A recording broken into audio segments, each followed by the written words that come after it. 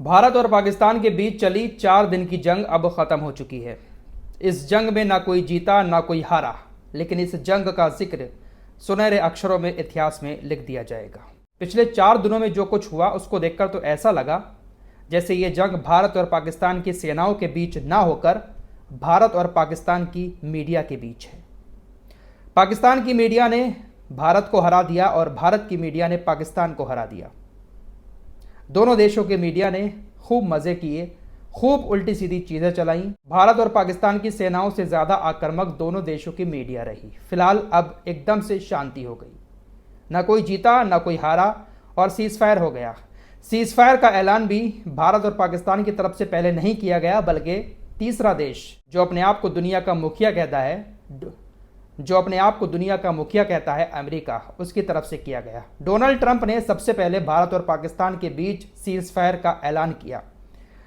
Twitter x पर tweet करके इस बात की जानकारी दी। उसके बाद भारत और पाकिस्तान के नेताओं की तरफ से, मंत्रियों की तरफ से सीज़ फायर का ऐलान किया गया। जो अमेरिका कल तक ये बात कह रहा था कि हम दोनों के बीच में नहीं आएंगे, ये इनका आपसी मामला है, हम इस बीच में नहीं पड़ेंगे, लेकिन अचानक से ऐसा क्या हुआ कि डोनाल्ड ट्रंप ने सीज़ फायर का ऐलान किया।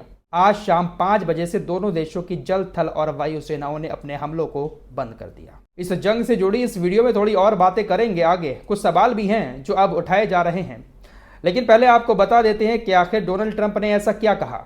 डोनाल्ड ट्रंप ने कहा कि अमेरिका की मध्यस्थता में एक लंबी रात की बातचीत के बाद मुझे ये ऐलान करते हुए खुशी हो रही है कि भारत और पाकिस्तान पूर्ण और तत्काल युद्ध विराम पर सहमत हो गए हैं। दोनों देशों को सामान्य बुद्धि और महान बुद्धिमत्ता का उपयोग करने के लिए बधाई।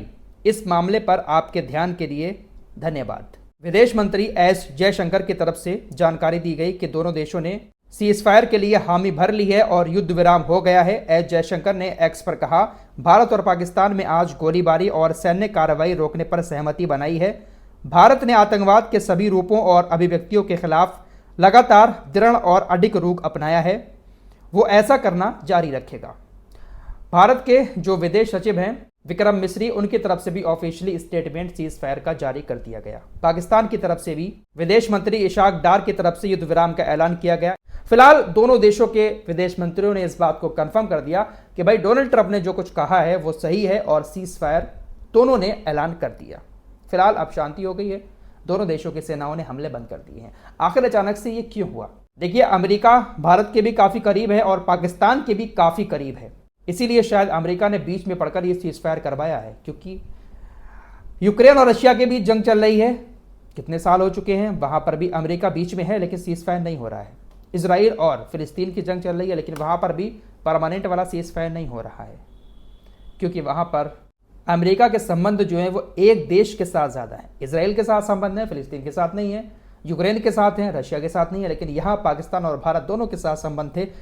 इसलिए शायद अमेरिका को कहीं ना कहीं इस जंग से नुकसान उठाना पड़ सकता था। तो पूरी रात जागकर डोनाल्ड ट्रंप ने कहा कि हमने एक लंबी बातचीत के बाद सीज़ फायर करवा दिया। भारत की तरफ से कुछ शर्तें रखी गई हैं। भारत ने इस जंग के शुरू होने से पहले, ऑपरेशन सिंदूर के शुरू होने से पहले, पहलगाम हमले के बाद पाकिस्तान के ऊपर जो प्रतिबंध लगाए थे वो प्रतिबंध लागू रहेंगे।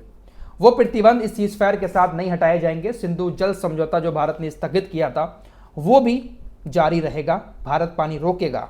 इसके अलावा जो वीज़े भारत ने बंद किए थे वो भी बंद रहेंगे। कुछ शर्तों के साथ भारत ने सीज़ फायर के लिए हामी भर ली है।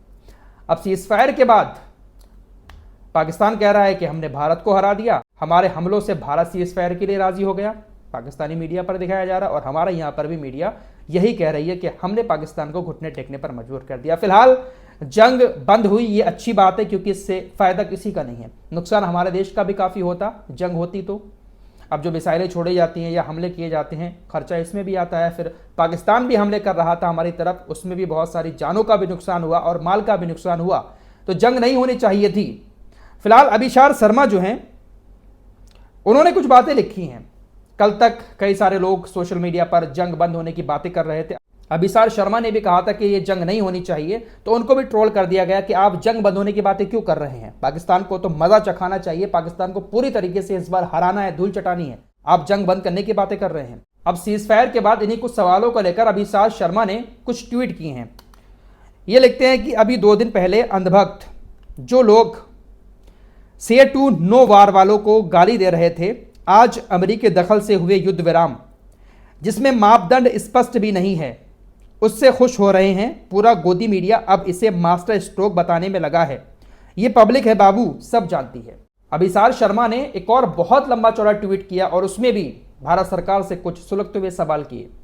अभिसार शर्मा लिखते हैं कि भारत सरकार को कुछ अहम सवालों के जवाब देने होंगे। भारत और पाकिस्तान के बीच जो विवाद है उसे अब तक एक द्विपक्षीय मामला माना जा रहा था, लेकिन अब यह सवाल है कि जब डोनाल्ड ट्रंप ने खुद ही पहले से ऐलान कर दिया तो क्या अब यह मसला द्विपक्षीय नहीं रहा? क्या अब इसमें किसी तीसरे पक्ष की दखल अंदाजी शुरू हो चुकी है, जो 80 सालों से नहीं हुआ? जब यूक्रेन के राष्ट्रपति ट्रंप के सामने नहीं झुके तो भारत क्यों? भारत सरकार तो बार बार यही दावा करती रही कि यह मामला सिर्फ भारत और पाकिस्तान के बीच का है, तो फिर ट्रंप ने पहले से ऐलान क्यों कर दिया? कांग्रेस का कहना है कि प्रधानमंत्री मोदी में वो दम नहीं है जो कभी इंदिरा गांधी में था, जो अमेरिका को आंखें दिखा सके। यहां तक कि जब ट्रंप ने अमेरिका में मोदी के सामने ही भारत को टैरिफ किंग कहा था, तब भी प्रधानमंत्री बिल्कुल चुप थे। जब भारत के लोगों को जंजीरों में बांधकर भारत लाया गया, उस वक्त भी भारत सरकार ने कोई ठोस प्रतिक्रिया नहीं दी, चुप रही। भारत सरकार को साफ साफ बताना होगा कि इस युद्ध विराम का असल फायदा क्या हुआ। क्या वाकई हम पाकिस्तान को काबू में करने में सफल हुए हैं? क्या देश की जनता को यह भरोसा दिलाया जा सकता है कि आगे चलकर पाकिस्तान फिर कोई ऐसी हरकत नहीं करेगा? और सबसे अहम सवाल यह है कि जिन्होंने पहलगाम में आतंकवादी हमला किया, उन आतंकवादियों को कब तक पकड़ा जाएगा? क्या उन पर कार्रवाई होगी या फिर यह मामला भी बाकी घटनाओं की तरह ठंडे बस्ते में चला जाएगा? ये सारे सवाल हैं जिसका जवाब बीजेपी सरकार को जनता के सामने देना ही होगा। मगर अंत में युद्ध विराम का स्वागत और धन्यवाद भारतीय सेना। ये कुछ सुलगते हुए सवाल अभिसार शर्मा की तरफ से ट्विटर पर पोस्ट करते हुए भारत सरकार से किए गए हैं।